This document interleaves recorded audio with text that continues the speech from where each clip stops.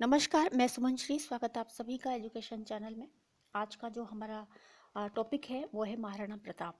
आपके first grade में इससे संबंधित एक टॉपिक है और इसीलिए मैंने आज का जो ये टॉपिक बनाया है वो महाराणा प्रताप से संबंधित ही पूरा वीडियो है और उनके बारे में हम महत्वपूर्ण जानकारी लेंगे, वो भी प्रश्न उत्तरों के माध्यम से। तो आइए हम शुरुआत करते हैं महाराणा प्रताप का टॉपिक।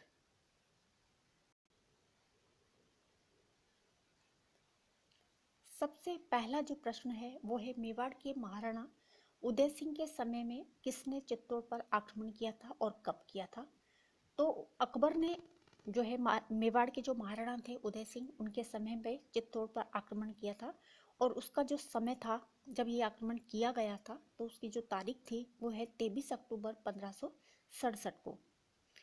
अगला जो प्रश्न है वो है उदय सिंह के दो वीर सेनापति वे कौन थे जिन्होंने दुर्ग की रक्षा करने के लिए जो है सफल उसका प्रतिरोध किया था। तो इनके दो वीर सेनापति थे उदय सिंह जी के, जयमल और अ, पत्ता या फिर फत्ता, जो भी नाम हो आप देख लेना, पत्ता या फत्ता।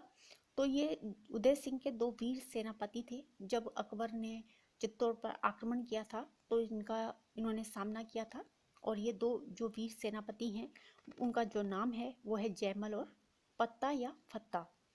अक्सर जो मैंने देखा है जगह जगह पर इनके नाम मिलते हैं, कई जगह पर जो है पत्ता है, कई जगह पर फत्ता है, तो आप देख लेना इनका जो भी नाम हो वो। अगला जो प्रश्न है वो है कि अकबर ने कब चित्तौड़ के किले पर अधिकार कर लिया था। यानी कि जो आक्रमण की डेट थी जब उदय सिंह जी थे मेवाड़ के सिंहासन पर, वो जो डेट है वो है 23 अक्टूबर 1567 की, 23 अक्टूबर है। और जब अकबर ने चित्तौड़ के किले पर अधिकार कर लिया था वो है 25 फरवरी सन 1568 को। तो इस समय अकबर का चित्तौड़ के किले पर क्या हो गया था, अधिकार। तो आप इस जो तारीख है उसको आप याद करें। आक्रमण करने की जो तारीख है वो 23 अक्टूबर 1567 है, जबकि 25 फरवरी 1568 को इसका जो अधिकार था अकबर का वो चित्तौड़ के किले पर हो गया था। तो ये इम्पोर्टेंट जो प्रश्न है और अक्सर इसके एग्जाम में आने की पूरी संभावना रहती, कब आक्रमण किया था पहली बार और कब जो है इनका अधिकार हो गया था। अगला जो प्रश्न है वो है कि अकबर किन योद्धाओं की वीरता से इतना प्रभावित हुआ कि आगरा के किले के प्रवेश द्वार पर उनकी गजारूढ़ प्रतिमाएं भी स्थापित करवाई थी। ऐसे कौन से योद्धा हुए थे, उनकी वीरता से अकबर इतने प्रभावित हुए कि आगरा के किले के जो प्रवेश द्वार था वहां पर इनकी गजारूढ़ प्रतिमाएं भी स्थापित करवाई थी। तो जैसा कि इससे संबंधित पहले भी मैंने एक प्रश्न बनाया था कि उदय सिंह के जो दो वीर सेनापति थे उनका जो नाम है वो है जयमल और फत्ता। तो अकबर जो थे इनकी वीरता से बड़े प्रभावित हुए थे और इसलिए उन्होंने आगरे के किले का जो प्रवेश द्वार था उस पर इनकी जो प्रतिमाएं थी वो उन्होंने वहां पर स्थापित करवाई थी।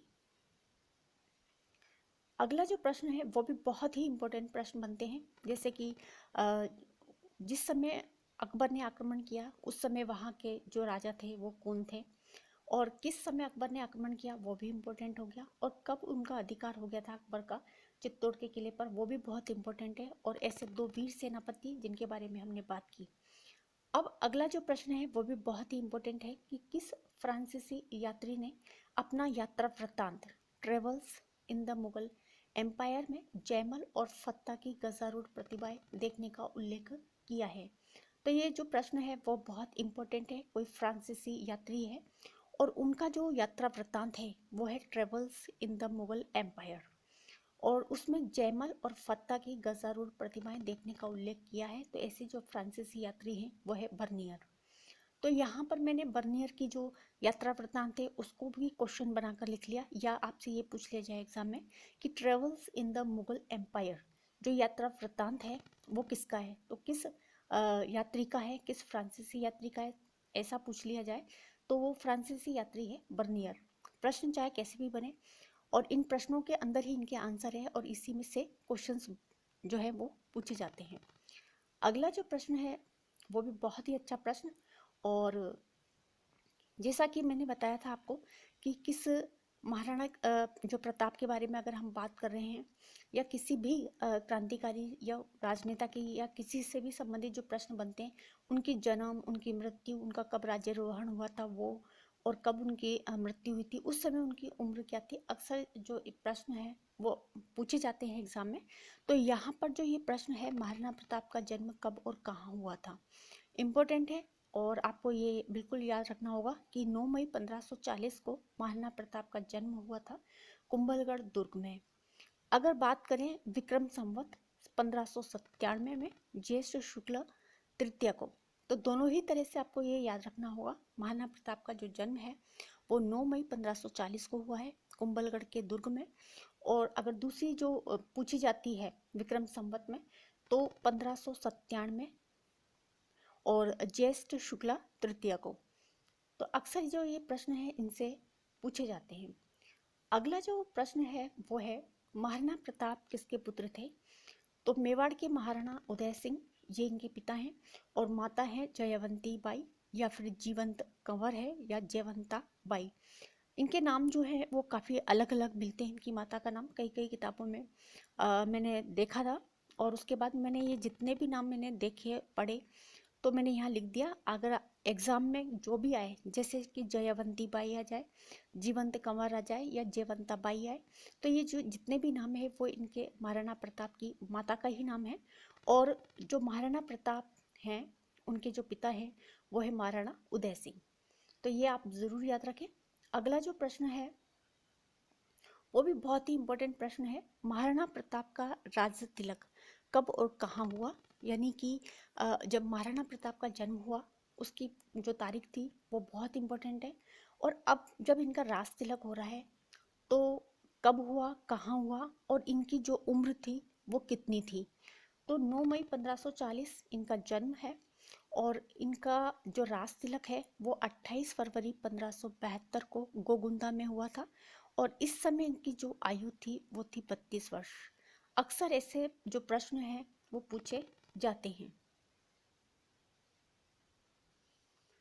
ऐसे जो प्रश्न है वो अक्सर बनते भी हैं कि जब इनका जो है राज तिलक हुआ था, इनकी उम्र के बारे में तो हमने फैला कर देखा कि 32 वर्ष है। तो ये भी पूछा जा सकता है कि महाराणा प्रताप का जब राज तिलक हुआ तो उसकी उनकी जो उम्र थी वो कितनी थी। तो ये भी याद रखें आप, 32 वर्ष की उम्र में महाराणा प्रताप का जो है गोगुंदा में राज तिलक हुआ, राज्याभिषेक हुआ इनका। तो इम्पोर्टेंट प्रश्न है। और अगला जो प्रश्न है वो है कि किसकी दीन दशा को देखकर कवियों ने उसे आभूषण रहित विधवा स्त्री की उपमा दी थी। तो ये जो प्रश्न है वो भी बहुत इंपॉर्टेंट, क्योंकि मैंने इसी के नीचे अंडरलाइन भी कर दी है। तो किसकी दीन दशा को देख कर के कवियों ने उसे आभूषण रहित विधवा स्त्री की जो उपमा थी वो दी थी, वो है चित्तौड़। चित्तौड़ के बारे में जो है कवियों ने उसे आभूषण रहित विधवा स्त्री की उपमा दी थी। अच्छा प्रश्न है। कई बार क्या होता है, कोटेशंस भी पूछ लिए जाते हैं, तो आप इनका भी याद रखें। इन जो कोटेशंस है, या किसी कवि ने किसी दुर्ग के बारे में कहा है, किसी नगरी के बारे में अगर कोई कोटेशंस कहा है तो वो इम्पोर्टेंट हो जाते हैं। इसी तरह से ये चित्तौड़ के बारे में कवियों ने जो कहा है ये भी इम्पोर्टेंट है। अगला जो प्रश्न है वो है, महाराणा प्रताप ने अपनी राजधानी गोगुंदा से हटा करके कहाँ स्थानांतरित कर दी गई थी। तो कहाँ पर महाराणा प्रताप ने अपनी राजधानी जो थी, जहाँ इनका राज्याभिषेक हुआ था गोगुंदा, और जो राजधानी भी थी, तो वहाँ पर जब इनका राज्याभिषेक हुआ था, लेकिन उसके बाद में इन्होंने गोगुंदा से हटाकर अपनी राजधानी को कहाँ पर स्थानांतरित कर दिया गया था, तो वो है कुंभलगढ़। अच्छा प्रश्न है। इनकी राजधानी पहली थी गोगुंदा, दूसरी इनकी हटा करके इन्होंने राजधानी बना दी कुंभलगढ़। तो अच्छा प्रश्न है ये भी। अगला जो प्रश्न है वो भी बहुत ही इम्पोर्टेंट प्रश्न है, और आपने अक्सर एग्जाम में इस प्रश्न को देखा होगा, पढ़ा होगा, और आपको याद भी होगा। लेकिन फिर भी हम एक बार और इस प्रश्न को देख लें। प्रश्न अच्छा है, और आगे भी ऐसे ही जो प्रश्न हैं वो आपको देखने को मिलेंगे। प्रश्न ये है, अकबर ने महाराणा प्रताप को अपनी अधीनता स्वीकार करने हेतु कितने दूत भेजे गए थे, उनके नाम क्या है, उनका क्रम क्या है।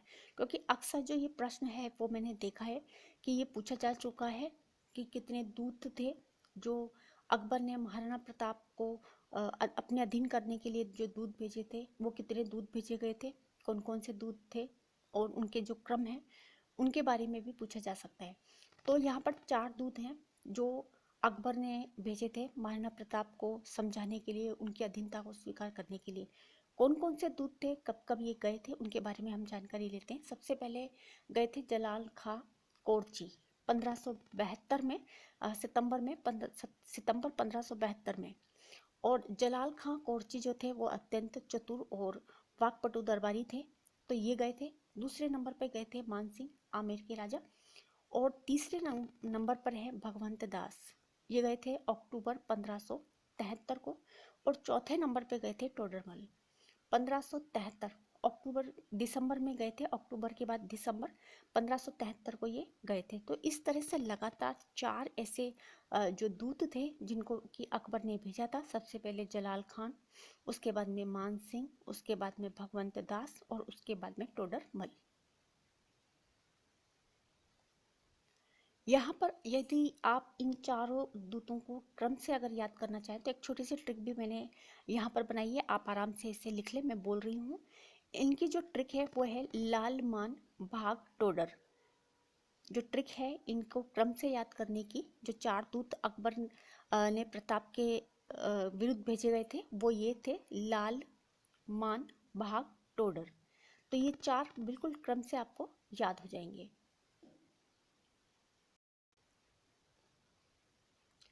चलते हैं अगले प्रश्न की ओर। अगला प्रश्न है मेवाड़ पर आक्रमण करने के लिए अकबर कब अजमेर पहुंचे? तो मार्च 1576 को मेवाड़ पर आक्रमण करने के लिए अकबर जो थे वो अजमेर पहुंच गए थे। इनकी तारीख है मार्च 1576 को।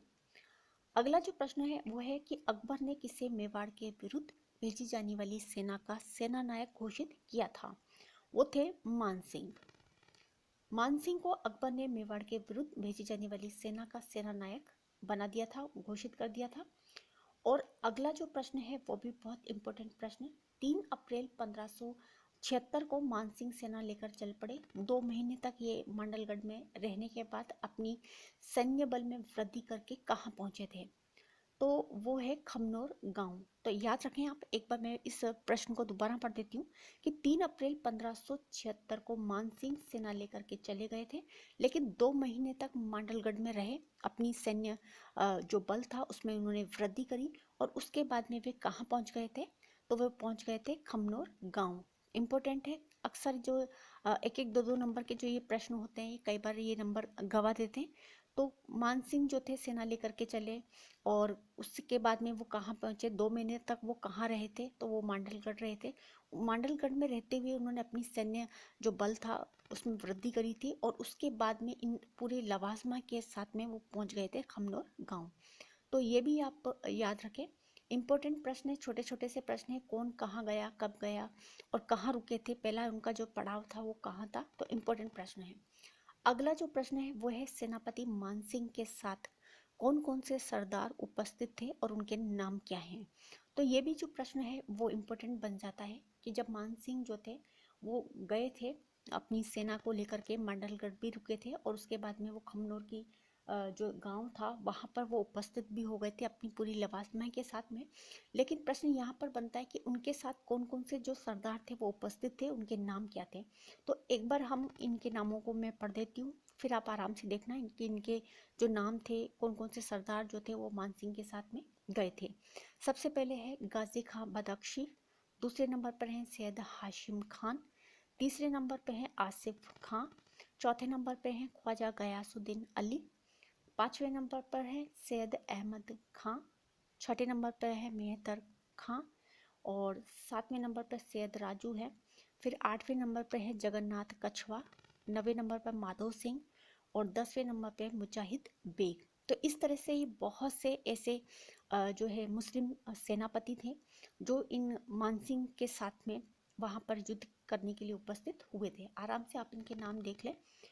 और अगला जो प्रश्न की ओर हम चलते हैं, अगला प्रश्न जो है वो था कि किस हिंदू को यह पहला अवसर मिला जिसने इतनी बड़ी सेना का सेनापति बना करके किसी युद्ध में भेजा गया था?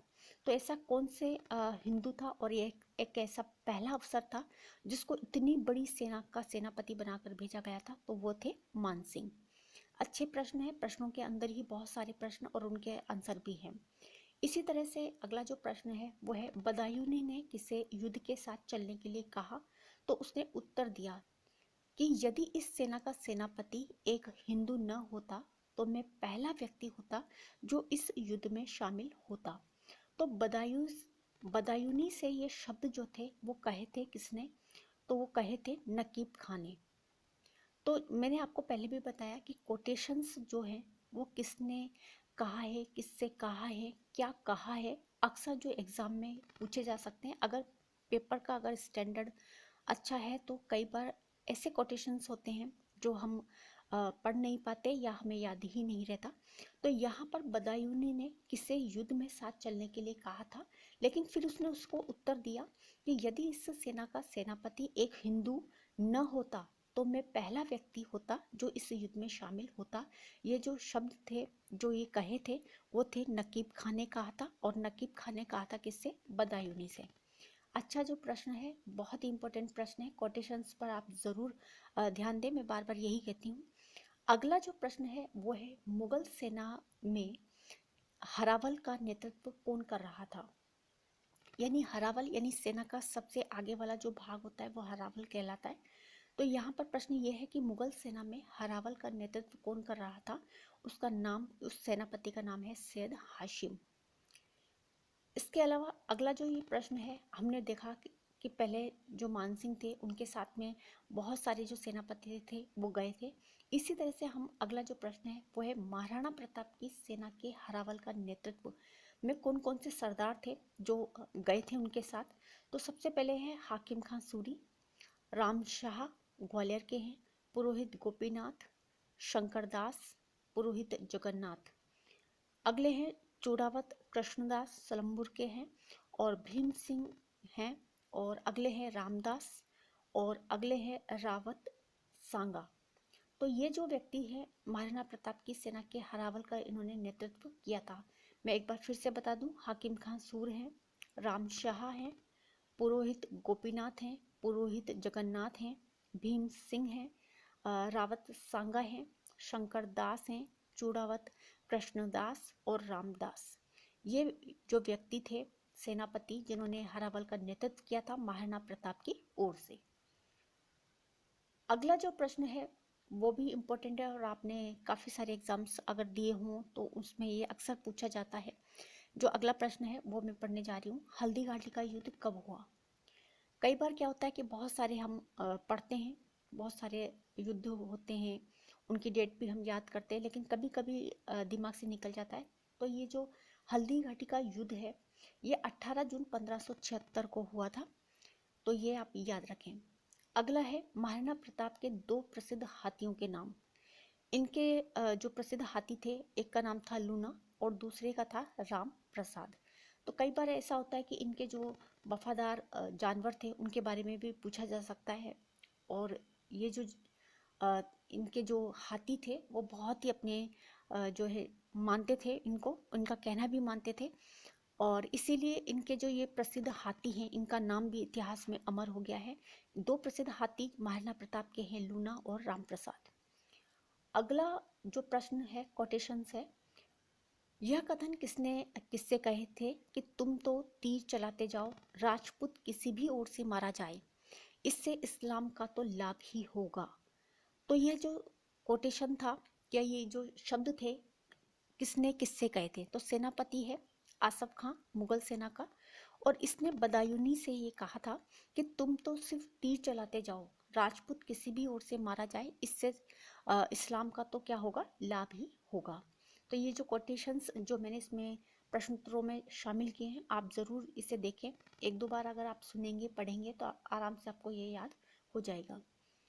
अगला जो कथन है उसके बारे में भी हम देखेंगे, कोटेशन से, कि बादशाह सलामत एक बड़ी सेना के साथ स्वयं आ रहे हैं, ये किसने कहा था?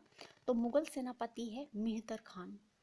जब ये युद्ध हो रहा था और मुगल जो सेना थी वो हार रही थी, तो वहाँ का जो मुगल सेनापति था मेहतर खान, उसने देखा कि मुगल जो सेनापति हैं वो हार रहे हैं, तो उन्होंने उनका और मनोबल बढ़ाने के लिए कहा कि सेना जो भाग रही थी पीठ दिखा करके, उनको रोकते हुए उन्होंने कहा कि बादशाह सलामत जो है वो एक बड़ी सेना के साथ स्वयं ही आ रहे हैं।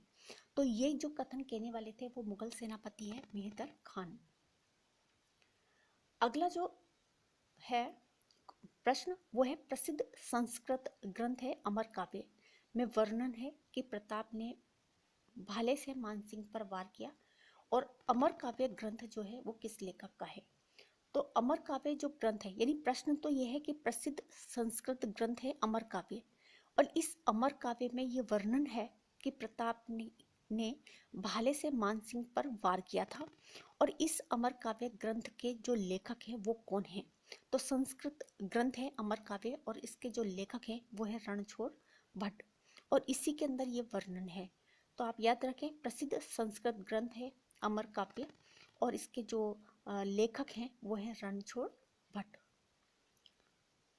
इम्पोर्टेंट जो प्रश्न है, जैसे कि कई किताबें होती हैं, पुस्तकें होती हैं, कुछ ग्रंथ होते हैं, अगर वो उससे संबंधित है जिसके बारे में हम बात करें, जैसे कि महाराणा प्रताप के बारे में बात करें और उससे संबंधित कोई कोटेशंस आता है तो हमें वो भी वहीं पर जो है याद कर लेना चाहिए।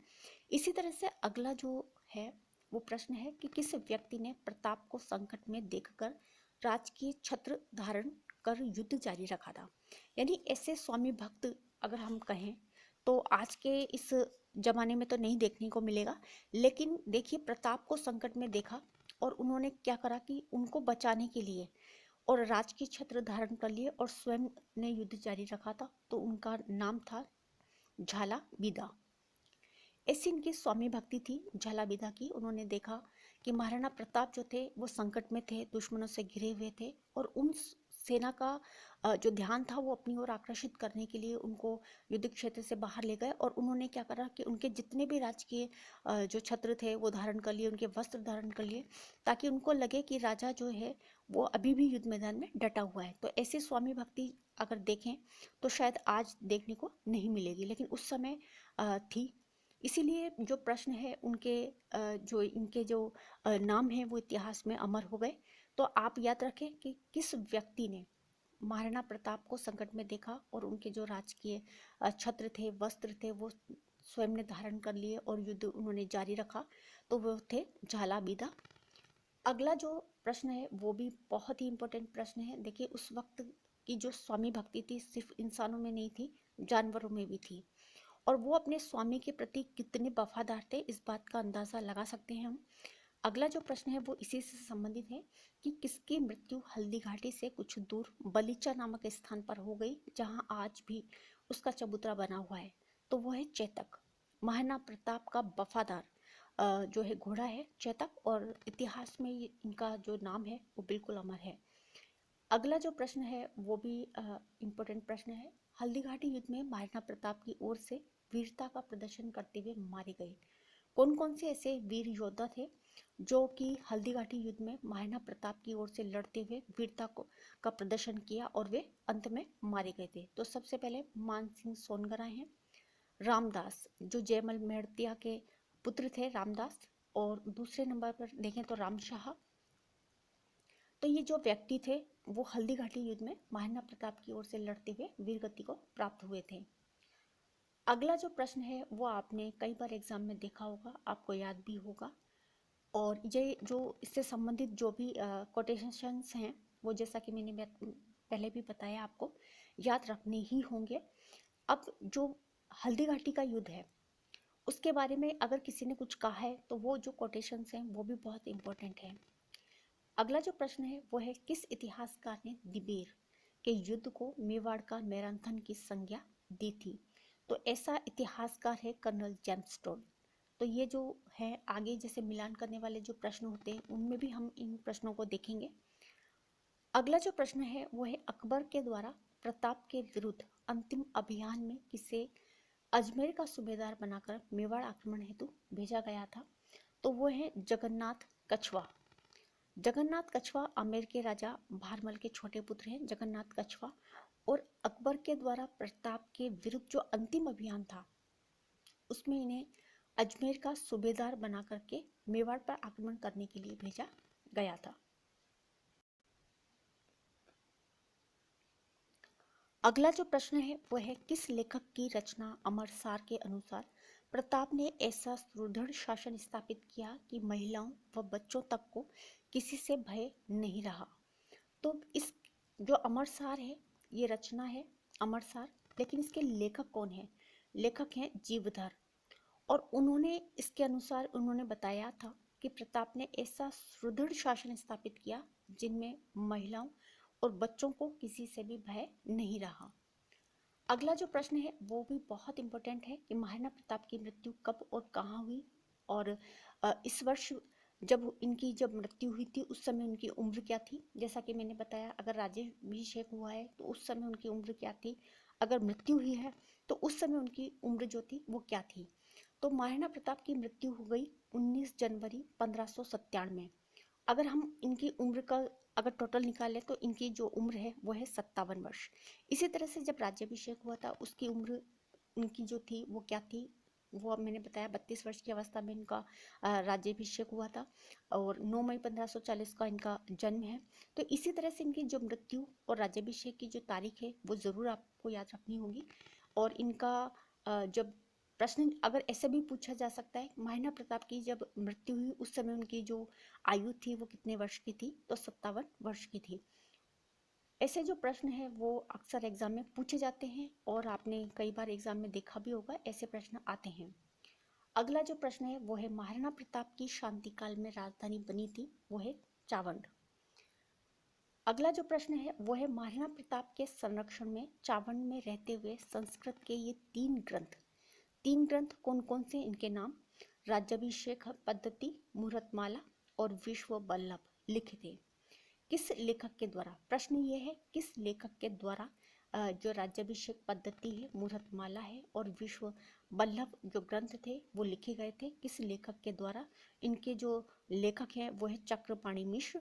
और प्रताप के संरक्षण में ही चावंड में रहते हुए संस्कृत के ये जो 3 ग्रंथ थे वो चक्रपाणि मिश्र ने लिखे थे, और इनके जो नाम है वो ये हैं। और आपको ये याद रखने ही होंगे कि कौन कौन से चक्रपाणि के जो ग्रंथ थे और उन्होंने जो है कहाँ पर लिखा था, चावंड में लिखा था। कौन से ग्रंथ हैं, हिंदी के हैं, संस्कृत के हैं, उर्दू के हैं, तो आपको याद रखना है संस्कृत के ये ग्रंथ हैं। चावंड में रहते हुए इन्होंने चक्रपाणि जी ने लिखा था। अगर संरक्षण की बात करें तो वह प्रताप के संरक्षण में इनको लिखा गया था। प्रश्न बन सकते हैं, कैसे भी वो प्रश्न पूछे। अगला जो प्रश्न है वो भी बहुत इंपॉर्टेंट है, भामाशाह के भाई ताराचंद की प्रेरणा से 1595 में हेमरत्न सूरी ने किस काव्य ग्रंथ की रचना की थी? भामाशाह के भाई हैं ताराचंद, और भामाशाह के भाई ताराचंद की प्रेरणा से ही 1595 में हेमरत्न सूरी ने किस काव्य ग्रंथ की रचना की थी? तो उनका जो काव्य ग्रंथ है वो है गोरा बादल कथा पद्मनी चौपाई। एक बार फिर बता दूं, इनका हेमरत्न सूरी का जो काव्य ग्रंथ है वो है गोरा बादल कथा पद्मनी चौपाई। ये लिखी है इन्होंने 1595 में। इसके जो काव्य ग्रंथ है वो हेमरत्न सूरी का है। तो इम्पोर्टेंट प्रश्न है ये भी। अगला जो प्रश्न है वो है कि कौन से चारण कवि, अगर कवियों की बात कर रहे हैं हम कि चारण भी हुआ करते थे और वो अपने अपने जो जिस भी राज्य के दरबार में रहते थे उनके बारे में प्रशंसा ही किया करते थे। तो इसमें जो अगला प्रश्न है वो इसी से संबंधित है कि कौन से चारण कवि प्रताप की सेना के सैनिकों में त्याग और बलिदान की भावना उत्पन्न करने के लिए सेना के साथ रहते थे।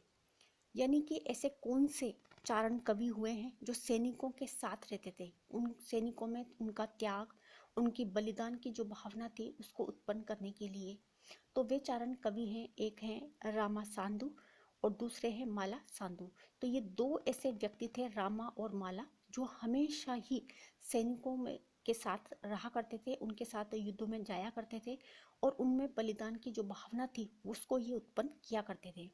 प्रश्न अच्छा बन सकता है, इससे भी संबंधित जो प्रश्न अगर पूछा जाए तो बहुत अच्छे प्रश्न जो हैं इनसे बन सकते हैं। और अगला जो प्रश्न है वो ये है कि किस चारण कवि के द्वारा प्रताप के शौर्य का गुणगान करते हुए लिखा कि अकबर एक पक्षी के समान है जिसने अनंत आकाश रूपी प्रताप की था पाने हेतु उड़ान भर ली, लेकिन वह उसका पार नहीं पा रहा है और अंत में हारकर उसे अपनी हद में रहना पड़ा। तो ये जो कोटेशन है वो प्रताप के शौर्य के बारे में लिखा गया है। और कौन सा ऐसा चारण कवि है जिसने लिखा था, तो वो है रामा साधु। क्योंकि दो चारण कवि जो थे वो महाराणा प्रताप की सेना के साथ हमेशा रहते थे, उनके नाम है रामा और माला।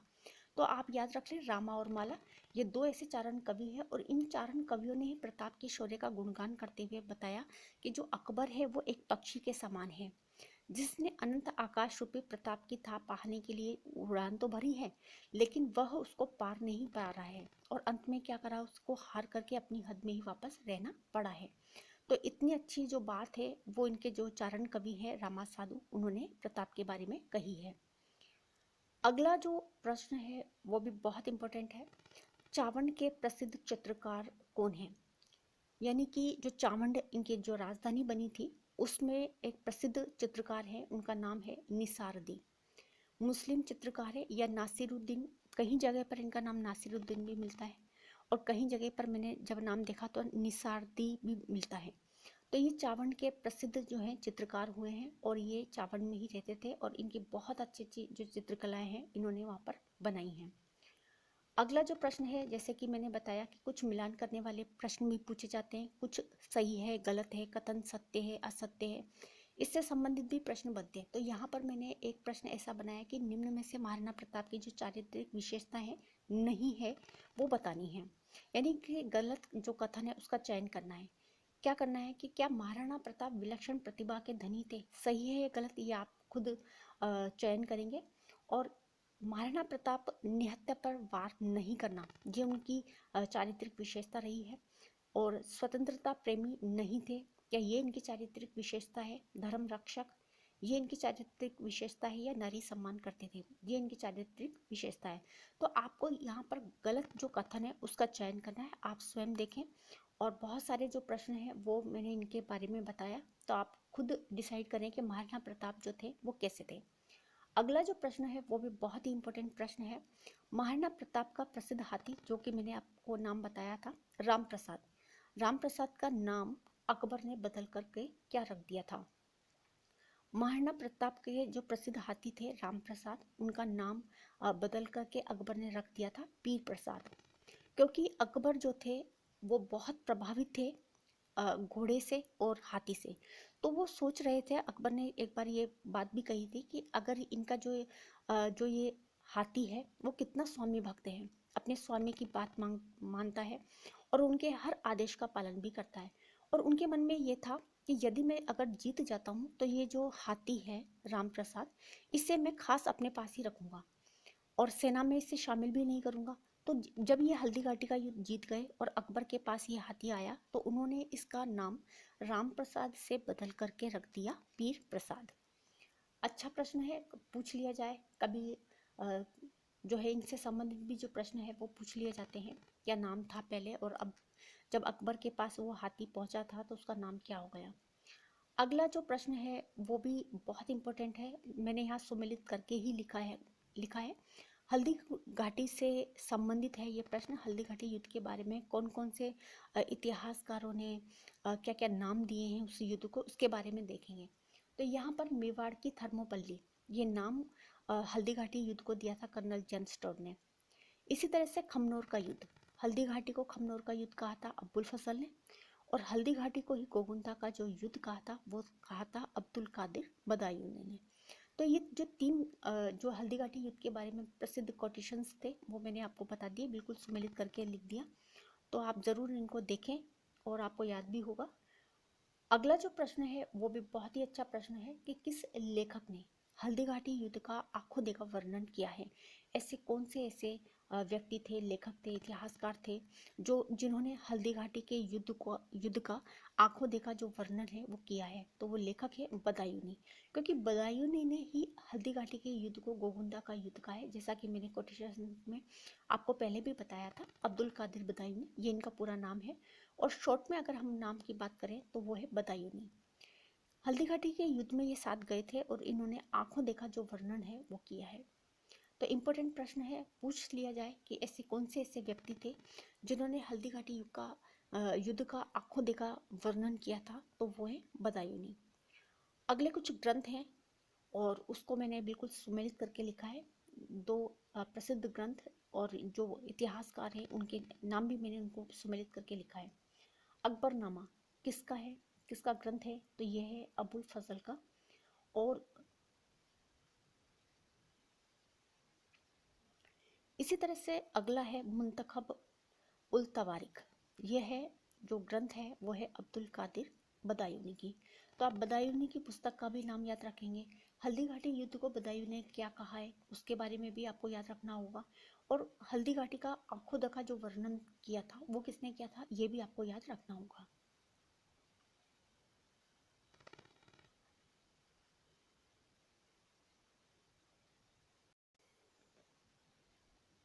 अगला जो प्रश्न है वो भी बहुत इंपॉर्टेंट प्रश्न है कि किस महाराजा के काल में निसारदी द्वारा बनाए गए रागमाला चित्र काफी प्रसिद्ध हुए हैं। मैंने बताया था आपको कि जो निसारदी है वो मुस्लिम चित्रकार है। और इन्होंने मतलब जो क्वेश्चन है, जो प्रश्न जो मैंने बनाया है वो है कि किस महाराजा के काल में निसारदी द्वारा बनाया गया रागमाला चित्र जो था वो काफी प्रसिद्ध है। देखिए प्रश्न इसी प्रश्न के अंदर दो प्रश्न और दो प्रश्नों के भी उत्तर जो है वो इसी के अंदर है। तो निसारदी द्वारा बनाया गया रागमाला जो चित्र है काफी प्रसिद्ध हुआ है। तो किस महाराजा के काल में? तो वो महाराजा है अमर सिंह। एक प्रश्न तो ये बन गया। एक प्रश्न ये बनता है कि रागमाला चित्र जो है वो किसके हैं, किसके द्वारा बनाए हुए हैं? तो वो जो मुस्लिम चित्रकार है उनका नाम है निसारदी। तो हो गए दो प्रश्न, बहुत इंपॉर्टेंट प्रश्न है। छोटे छोटे से ये जो प्रश्न है वो बहुत इंपॉर्टेंट होते हैं। इसी तरह से निसारदी की चित्रकला किस नाम से प्रसिद्ध हुई? अब हमें ये भी याद रखना है कि जो निसारदी है उन्होंने रागमाला का जो चित्र बनाया था वो काफ़ी प्रसिद्ध हुआ है। और जिस समय बनाया था उस समय महाराजा अमर सिंह थे। ये भी बात क्लियर हो गई। अब प्रश्न ये बनता है कि निसारदी की चित्रकला किस नाम से प्रसिद्ध हुई है? तो उसका नाम है चावंड शैली। इस नाम से इनकी जो चित्रकला थी वो काफ़ी प्रसिद्ध हुई है मेवाड़ में। अब अगला प्रश्न जो है इम्पोर्टेंट है और मैंने इस प्रश्न को वापस एक बार लिया है। प्रश्न ये है कि हल्दी घाटी का युद्ध कब और किसके मध्य लड़ा गया था? देखिए 18 जून 1576। इस प्रश्न को मैंने पहले बना लिया था और मैंने बताया भी है कि 18 जून 1576 को हल्दी घाटी का जो प्रसिद्ध युद्ध है वो हुआ था। और ये किस किस के मध्य लड़ा गया था? तो महाराणा प्रताप और मानसिंह कछवा के जो है आमेर के शासक हैं और अकबर के ये सेनापति थे। अकबर के सेनापति बनकर के ये लड़ने के लिए आए थे। तो हल्दी घाटी का युद्ध कब और किसके मध्य लड़ा गया था? तो 18 जून 1576 को हुआ था मानसिंह और महाराणा प्रताप के बीच। अब जो अगला प्रश्न है, जैसा कि मैंने पहले बताया था कि एक छोटी सी ट्रिक भी मैंने बताई थी आपको। इसी तरह से जो प्रश्न है इसको मैंने दोबारा लिया है क्योंकि वो पूछा जा सकता है। ऐसे जो प्रश्न है वो अक्सर एग्जाम में बन सकते हैं। देखिए कैसे बनते हैं। महाराणा प्रताप के समय अकबर ने शाहबाज खां को कितनी बार मेवाड़ पर आक्रमण करने के लिए भेजा था? तो महाराणा प्रताप के समय यानी महाराणा प्रताप जो थे मेवाड़ के में उस समय राजा, और अकबर ने शाहबाज खां को कितनी बार मेवाड़ पर आक्रमण करने के लिए भेजा गया था? तो कुल 3 बार शाहबाज खान जो थे वो गया था अकबर के कहने पर। तो इम्पोर्टेंट प्रश्न है। इसी तरह से अगला जो प्रश्न है वो भी ये है कि महाराणा प्रताप ने किस मुगल सम्राट के विरुद्ध युद्ध किया था? तो अकबर, क्योंकि एकमात्र अकबर और महाराणा प्रताप के बीच का जो ये संघर्ष था वो काफी प्रसिद्ध हुआ है। तो महाराणा प्रताप ने किस मुगल सम्राट के विरुद्ध युद्ध लड़ा? तो वो है अकबर। इस जो टॉपिक है उसमें मैंने कुछ आए हुए प्रश्नों को भी शामिल किया गया है ताकि इससे संबंधित टॉपिक से संबंधित कोई भी जो प्रश्न है वह हमसे छूटे नहीं। अगला जो प्रश्न है वो भी बहुत इंपॉर्टेंट प्रश्न है कि महाराणा प्रताप कालीन मेवाड़ की जो अंतिम राजधानी थी वो कौन सी थी? तो अंतिम जो राजधानी है मेवाड़ की वो है चाबंड। अगला जो प्रश्न अगला जो प्रश्न है वो है मेवाड़ के रक्षक के रूप में किसे याद किया जाता है? वो है भामाशाह। भामाशाह उस समय के ऐसे प्रसिद्ध व्यक्ति हैं जिन्होंने अपनी संपूर्ण संपत्ति जितनी भी इनके पास दौलत थी वो महाराणा प्रताप को ला करके दे दी ताकि महाराणा प्रताप अपनी सेना को शक्तिशाली बना सके और अकबर के विरुद्ध युद्ध लड़ सके। तो शक्तिशाली सेना को इकट्ठा करना, उनके लिए सैनिक सहायता प्रदान करना, उनके लिए हथियार खरीदना, तो उस समय उनके पास जो है धन की कमी थी। लेकिन उनके जो साथी थे भामाशाह, एकमात्र ऐसे व्यक्ति जिन्होंने अपनी संपूर्ण संपत्ति जो थी वो महाराणा प्रताप के चरणों में लाकर रख दी। ऐसी स्वामी भक्ति जो थी जो निभाई थी वो है भामाशाह, और इसीलिए आज इतिहास में इनका जो ये नाम है वो अमर है। तो आप याद रखें, मेवाड़ के रक्षक के रूप में याद किया जाता है वो है भामाशाह। अगला जो प्रश्न है वो है महाराणा प्रताप का स्मारक स्थित है। महाराणा प्रताप का जो स्मारक है वो कहाँ पर है? वो है वाडोली, उदयपुर में है। अगला जो प्रश्न है, देखिए इससे संबंधित प्रश्न मैंने पहले भी बनाया था और एक बार फिर से मैंने बनाया है कि अकबर के द्वारा महाराणा प्रताप के पास भेजा गया प्रथम राजदूत जो था वो कौन से थे। देखिए मैंने आपको पहले भी बताया था कि 4 ऐसे व्यक्ति थे जो अकबर ने महाराणा प्रताप के पास भेजे गए थे। अगर मैं प्रश्न को इस तरह से बना दूं कि पहले राजदूत कौन थे, या ये प्रश्न बना दूं कि प्रताप के पास भेजे जाने वाले तीसरे जो दूत थे वो कौन थे, चौथे थे वो कौन थे, तो इसीलिए मैंने ये प्रश्न को बनाया है कि अकबर के द्वारा प्रताप के पास भेजा गया प्रथम राजदूत थे जलाल खान, ये गए थे। अगला जो प्रश्न है वो है कि अकबर के द्वारा महाराणा प्रताप से मैत्री स्थापित करने के लिए गठित तृतीय श्रेष्ठ मंडल का जो नेतृत्व था वो किया था किसने? भगवंत दास जी ने। अगला जो प्रश्न है वो भी बहुत ही अच्छा प्रश्न है। राजस्थान का ऐसा कौन सा शासक जो मुगलों के सामने नहीं झुका? ऐसे कौन से राजस्थान के शासक हुए हैं जिन्होंने डटकर मुकाबला किया मुगलों से? तो वो एकमात्र शासक महाराणा प्रताप। आज का जो ये टॉपिक है उसमें मैंने बहुत सारे जो प्रश्न हैं उनको शामिल किया है, कुछ आए हुए प्रश्न भी हैं, और इससे संबंधित कोई भी जो प्रश्न है वो मैंने छोड़ा नहीं है। पूरी कोशिश करी है जैसे भी प्रश्न बन सकते हैं आने की जो संभावना मुझे लगती है, चाहे वो कोटेशंस हो, किताबें हों, कोई इतिहासकार हो, या कोई कोटेशंस हल्दी घाटी युद्ध से संबंधित हो, वो सभी को शामिल किया है।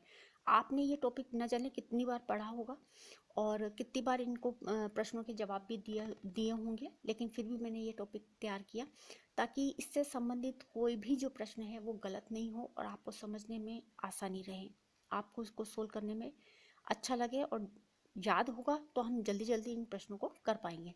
तो बात यहाँ पर थी राजस्थान का ऐसा कौन सा शासक जो मुगलों के सामने कभी नहीं झुका, तो वो एकमात्र जो शासक हुए वो है महाराणा प्रताप। अगला जो प्रश्न है वो है महाराणा प्रताप के सूरमा सरदारों में से एक मुसलमान सरदार भी थे और उनका नाम था हाकिम खां सूरी। एक प्रश्न और है कि हल्दी घाटी युद्ध के पीछे अकबर का मुख्य उद्देश्य क्या था? एक प्रश्न है, आप सुन रहे हैं और आप इसे अगर चाहें तो नोट भी कर सकते हैं। हल्दी घाटी युद्ध के पीछे अकबर का जो मुख्य उद्देश्य है वो क्या था? तो इसका जो उद्देश्य था वो था महाराणा प्रताप को अपने अधीन करना, ये इनका प्रमुख उद्देश्य था। यदि आप हिंदी साहित्य से संबंधित कोई भी वीडियो देख रहे हैं तो वो आप देखें, हिंदी साहित्य से संबंधित, जैसे कि आप पढ़ रहे हो, नेट दे रहे हो, JRF है, फर्स्ट ग्रेड, या कोई अन्य एग्ज़ाम अगर आप देते हैं तो उससे संबंधित जो वीडियोस हैं वो बिल्कुल सुमनश्री एजुकेशन चैनल पर हैं। इसी तरह से राजस्थान जीके के हैं, बहुत से करंट्स के वीडियो भी अपलोड है, तो आप ज़रूर देखें। और जो नए विद्यार्थी हैं जिन्होंने पहली बार इस चैनल पर आए हैं या चैनल को देखा है तो उनका स्वागत है, और वे जिस भी एग्ज़ाम की तैयारी करें तो उससे संबंधित जो वीडियो है वो आप आराम से देख सकते हैं, प्लेलिस्ट में जा कर के देख सकते हैं, ताकि उनको बार बार ढूंढने की ज़रूरत नहीं पड़ेगी। आप अपने हिसाब से जो भी आपके काम का जो वीडियो है वो आप आराम से देख सकते हैं।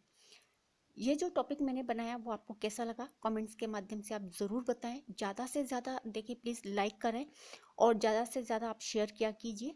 वीडियो आपको कैसा लगा? साफ़ सुथरा गया? आवाज़ की थोड़ी सी ज़रूर कह सकते हैं कि आवाज़ कम आ रही है। बहुत से जो स्टूडेंट्स हैं वो ये कहते हैं कि आवाज़ कम है। देखिए यहाँ से आवाज़ पूरी जा रही है, हो सकता है कि आपके सिस्टम में ही कोई आवाज़ का थोड़ा प्रॉब्लम हो, तो उसके लिए एक ऐप आता है बूट्स, तो आप उससे देख लें, उससे अपनी मोबाइल की जो आवाज़ है या जो साउंड है वो आप थोड़ा सा बढ़ा सकते हैं। कई बार क्या होता है वर्जन के हिसाब से भी मोबाइल्स के अंदर जो वॉइस होती है वो कम या ज़्यादा हो जाती है, तो आप इसका ध्यान रखें। मेरी तरफ से तो यहाँ पर पूरा जो वीडियो है वो साफ सुथरा जाना चाहिए, अच्छा जाए, अच्छी आवाज़ आप तक पहुँचे, और आप जो भी देखें, जो भी पढ़ें, आपको स्पष्ट दिखाई भी दे और साथ ही साथ सुनाई भी दे।